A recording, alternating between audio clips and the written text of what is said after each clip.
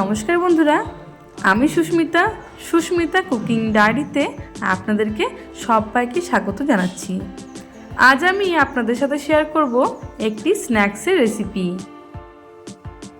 এই রেসিপিটা আপনি কাউকে একবার বানিয়ে খাওয়ালে সে তো আপনার প্রশংসা করবেই, আর এটা জেনে অবাক হয়ে যাবে যে আটা দিয়ে আর সামান্য কিছু উপকরণ দিয়ে একটি এত সুন্দর রেসিপি তৈরি করা যায়। তাহলে বন্ধুরা, আমার চ্যানেলে নতুন কোনো সদস্য হয়ে থাকলে চ্যানেলটি সাবস্ক্রাইব করার অনুরোধ রইল, এরকম আরও নিত্য নতুন ভিডিও পাওয়ার জন্য।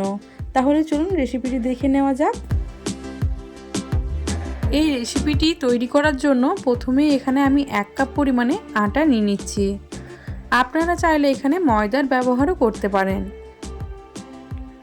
এরপর আমি দিয়ে দিচ্ছি এখানে হাফ টিস্পুনের মতো জোয়ান। এবার আমি দিয়ে দেবো লবণ।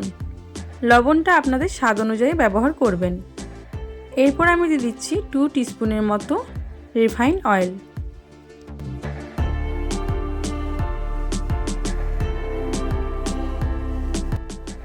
এবার আমি আটাটাকে শুকনো অবস্থাতে খুব ভালোভাবে মেখে নেব।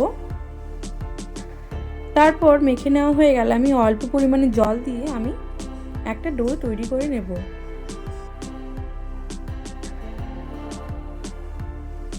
বন্ধুরা, আমরা যেরকম নর্মাল রুটি করার জন্য ডো তৈরি করি, সেরকমই আমাদেরকে একটা ডো তৈরি করে নিতে হবে।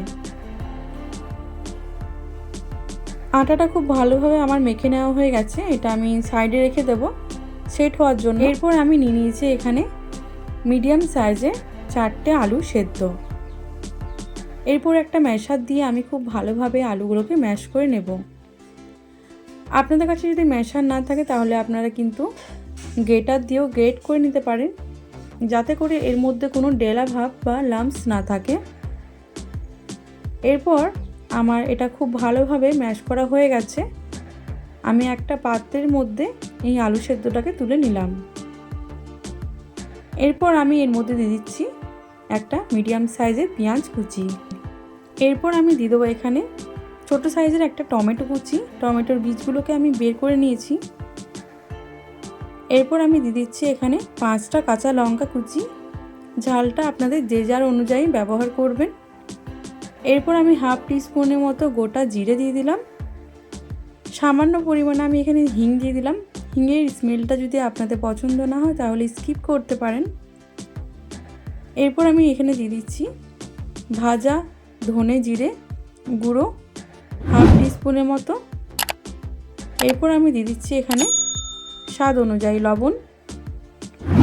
কিছুটা ধনেপাতা কুচি আমি রেখেছিলাম, সেগুলো দিয়ে দিলাম। সব শেষে আমি এবার দিয়ে দেবো গরম মশলার গুঁড়ো। এরপর খুব ভালোভাবে এটাকে আমাদের মিশিয়ে নিতে হবে।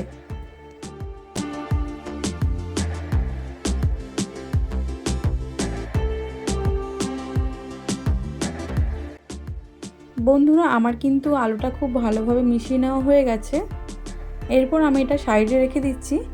আর যে আটাটা আমি সেট হতে দিয়েছিলাম সেটা 10 মিনিট পর ফিরে এলাম। এখন কিন্তু আটাটা আমার খুব ভালোভাবে সেট হয়ে গেছে। এটা আমি হাত দিয়ে একটুখানি মেখে নিলাম। এরপর আটাটাকে আমি দুভাগে ভাগ করে দিলাম। এরপর আমি একটা লেচি নিয়ে কিছুটা শুকনো আটা ছড়িয়ে দিলাম। এরপর আমি এই লেচিটাকে বেলে নেব। আমরা নর্মাল রুটি করার জন্য যেরকম আমরা রুটি বেলি তার থেকে একটু পাতলা করেই বেলতে হবে।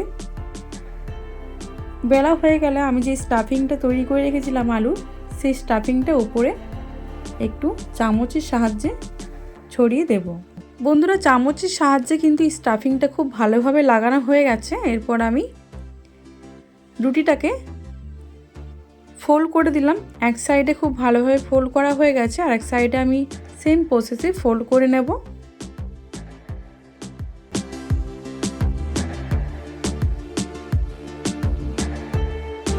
এরপর আমি হাত দিয়ে একটুখানি চেপে চেপে দিলাম।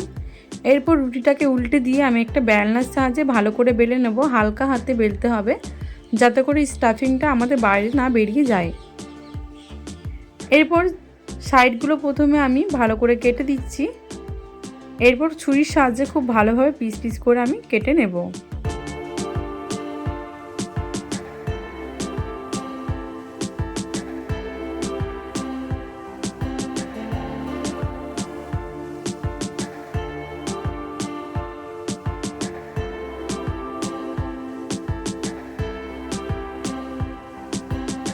বন্ধুরা, আমার কিন্তু সম্পূর্ণ রুটিটা কেটে নেওয়া হয়ে গেছে। এরপর আমি একটা থালার মধ্যে এগুলোকে তুলে রেখে দিচ্ছি।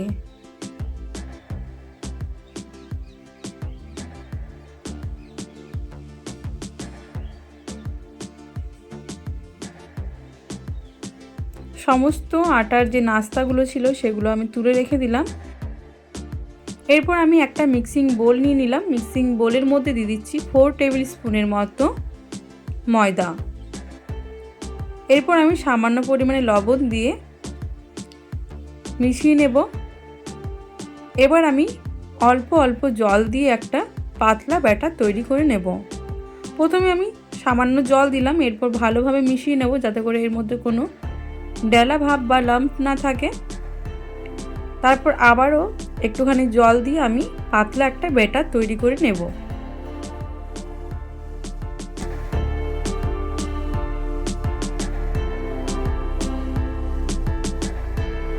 বন্ধুরা, ব্যাটারটা কিন্তু আমার খুব ভালোভাবে রেডি হয়ে গেছে। এরপর আমি গ্যাসের উপরে একটা কড়াই চাপিয়ে দিয়েছি। কড়াইয়ের মধ্যে দিয়ে দিচ্ছি সাদা তেল। তেলটা যখন খুব ভালোভাবে গরম হয়ে যাবে ওর মধ্যে আমি আটার যে নাস্তাগুলি তৈরি করে রেখেছিলাম সেগুলো ব্যাটারের গোলায় কোট করে আমি তেলের মধ্যে দিয়ে দিলাম। এরপর একটা সাইড যখন খুব ভালোভাবে আমাদের হয়ে যাবে আর একটা সাইড আমি উল্টে দেব। আর এই কাজটা কিন্তু একদম মিডিয়াম টু লো ফ্লেমে করতে হবে। উল্টে পাল্টে কিন্তু লাল লাল করে আমি এগুলোকে ভেজে নেব। বন্ধুরা, এগুলো আমার লাল লাল করে খুব ভালোভাবে ভেজে নেওয়া হয়ে গেছে। এরপর আমি একটা পাত্রের মধ্যে এগুলোকে তুলে রেখে দিচ্ছি। আর বাকি যেগুলো আছে সেগুলো আমি সেম প্রসেসে ভেজে নেব। তাহলে বন্ধুরা, দেখে নিলেন তো যে আটা আর সামান্য কিছু উপকরণ দিয়ে একটি এত সুন্দর রেসিপি তৈরি করা যায়। বন্ধুরা, আজকের রেসিপিটা যদি আপনাদের ভালো লাগে তাহলে কিন্তু অবশ্যই একটা লাইক করে দেবেন আর কমেন্ট করে জানাবেন যে আপনাদের রেসিপিটা কেমন লাগলো। আর আত্মীয় স্বজনদের সাথে আমার রেসিপিটা শেয়ার করে দেবেন। আর আমার চ্যানেলটি সাবস্ক্রাইব আটার নাস্তাগুলি আমার কিন্তু ভেজে নেওয়া হয়ে গেছে। একটা পাত্রের মধ্যে এগুলোকে আমি তুলে নিয়েছি। এগুলো এখন পরিবেশন করার জন্য একদম রেডি হয়ে গেছে। আর এটা বাইরের থেকে যতটা ক্রিস্পি, ভেতর থেকে কিন্তু একদমই সফট। তাহলে বন্ধুরা, দেখা হবে অন্য কোনো দিন অন্য কোনো এক রেসিপির সাথে। ধন্যবাদ।